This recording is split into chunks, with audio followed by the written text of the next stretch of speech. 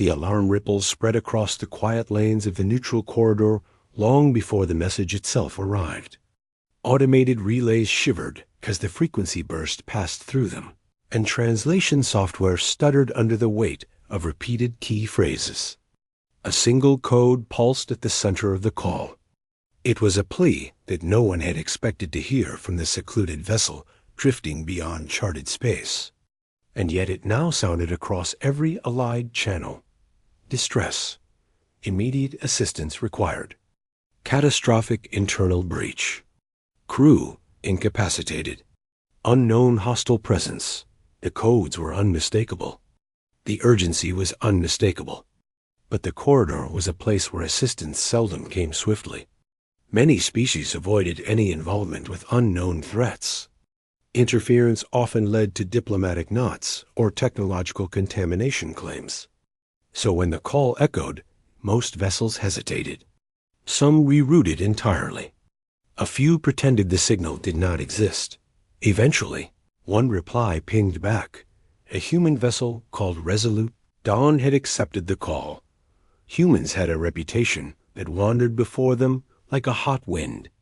Many civilizations dubbed them Deathworlders, a term that had been meant as an insult until humanity embraced it as a simple truth. Their home was a world of shifting storms, microbial dangers, predators with teeth meant for tearing. Their bodies were dense with bone and muscle. Their minds seemed built for adaptation to hardship. Many avoided them on principle. Many kept them as distant allies. But when a distress call rang unanswered, humans were often the only ones who stepped forward. Captain Rin sat in the command cradle with a steady calm. His dark eyes scanned the repeating signal. His jaw tightened slightly. He did not speak until he was sure the data had stabilized. Set course, Rin said. Vector lock in. The helmsman, a wiry man named Taro, adjusted the navigation map. Course plotted. Estimated arrival in 14 minutes. The ship accelerated with a low hum that trembled through the hull as if the vessel itself were preparing for confrontation. Humans often designed their ships like floating fortresses. The Resolute Dawn was no exception. Its frame braced with reinforced plating, its reactors shielded with triple layers. It roamed the corridor prepared for whatever danger lurked. RIN leaned forward slightly. Status of the boarding teams. Several screens lit along the lower segment of the bridge, showing interior feeds. Teams prepared equipment. Suits were sealed. Magnetic clamps attached. Weapon casings slid into place with efficient movements. Humans boarded damaged ships not as vigilantes, but as protectors. They understood that space was cruel. They understood that sometimes only quick action prevented total loss. Lieutenant, Mira appeared on the upper communication frame, saluting crisply. Teams ready for deployment, Captain. We await final assessment. Good. Hold position until we read the hull. The bridge crew moved with practiced rhythm. The hum of the engines continued as the distant vessel finally appeared on visual range. It drifted like a stricken creature. Its hull bore long gashes as if something had clawed through metal with deliberate force. Whole sections had peeled outward. Emergency lights flickered faintly like dying sparks. A spinning trail of debris circled around it, forming a broken halo. Taro hissed between his teeth. Looks like it was hit from the inside. Rin nodded. Likely an internal event. Sensors swept across the wounded vessel.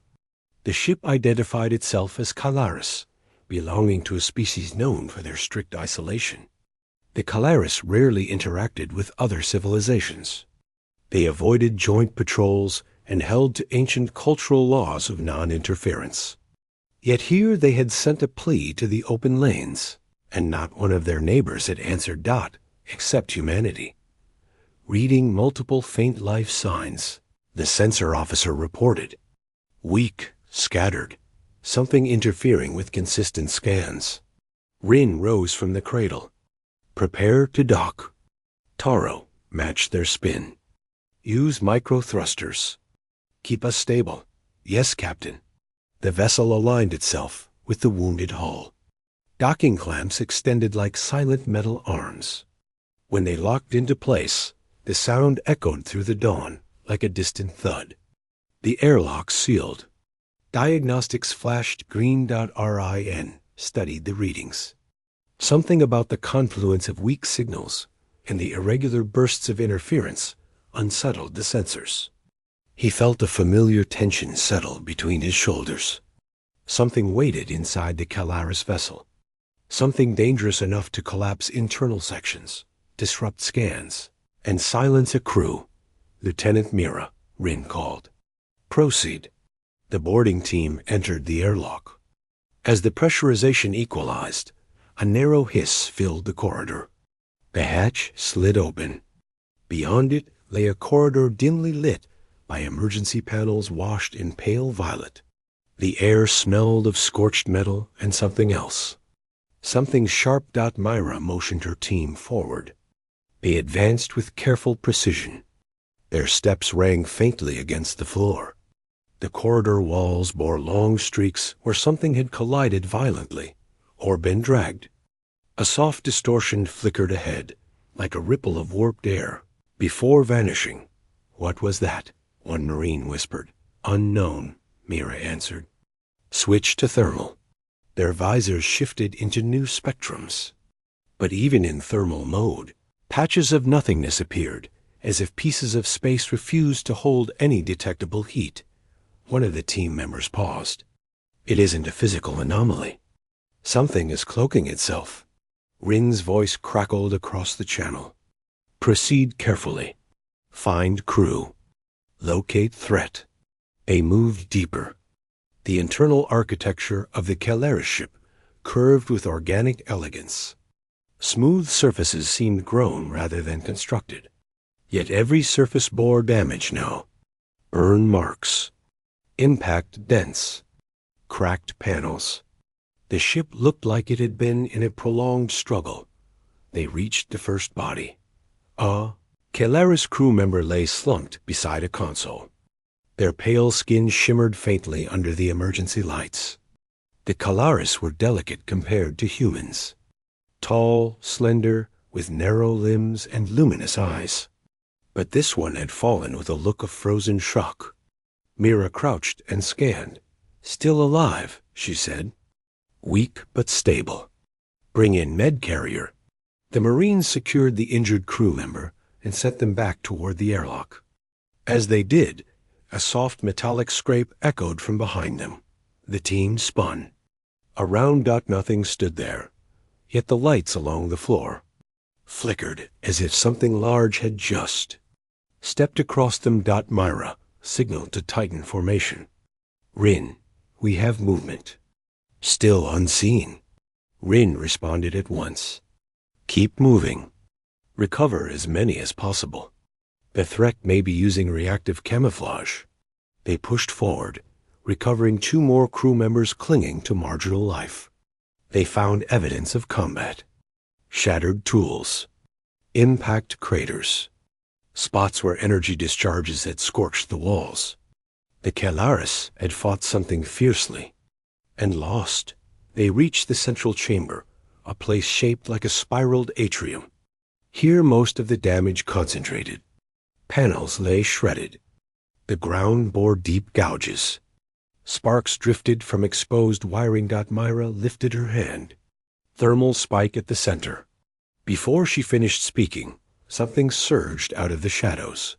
The creature was tall, its form wrapped in a shifting distortion like liquid glass. As it moved, its camouflage wavered, revealing glimpses of segmented armor and long limbs tipped with curved blades. It made no sound except the hiss of its cloaking field. Adapting to sudden movement, the Marines reacted instantly. Human reflexes were quick. Human training made them quicker. They fired concentrated energy bursts. The creature twisted impossibly fast. One blast struck its armor, unveiling a full outline before the cloak stabilized again. Focus fire, Myra snapped. Center mass. The creature lunged. Mira rolled aside. It carved a gash into the metal where she had stood a moment earlier. The Marines flanked it, but its movements seemed designed for chaotic environments. It used debris as shields, bounding from shattered consoles to fractured supports. On the bridge, Rin watched the battle through Myra's feed. His jaw tightened. That is not a known species. Taro glanced back. Never seen anything like it. Rin opened shipwide internal support. Myra, attempting hull interference. Firing low-range pulse. Brace. The ship released an electromagnetic ripple along the docking point. The pulse traveled through the Calaris hull. The creature faltered as its cloak flickered violently. The Marines seized the moment. 2 fired stun charges that struck the creature's limbs, locking them. Mira stepped forward and discharged a precision shot at a seam along its torso. The creature staggered, collapsing into a crouched position. Its cloak sputtered out entirely, revealing a form built for predation. Its armor looked grown rather than forged, shaped in jagged knots and plates that shifted like organic CHIT as it struggled. One of the Marines bound it with magnetic restraints. Mira exhaled. Threat neutralized. Rin nodded slowly. Recover it. Might offer clues. The team conducted a final sweep. They found 4 more life signs. All faint. All stabilized once placed in med carriers. While they worked, Rin prepared the Dawn's isolation hold. The unknown creature would be secured under multiple containment fields. Once all survivors were aboard, Rin ordered separation from the damaged vessel. The docking clamps released. The Dawn drifted back. Automated systems aboard the Calaris vessel triggered its emergency shutdown to prevent further internal collapse. Rin stood in the med bay as the Calaris survivors lay under restorative fields. Their breathing steadied. Their pulse recovered. They remained unconscious, but alive. One of the Dawn's medics approached. "They will survive, Captain,"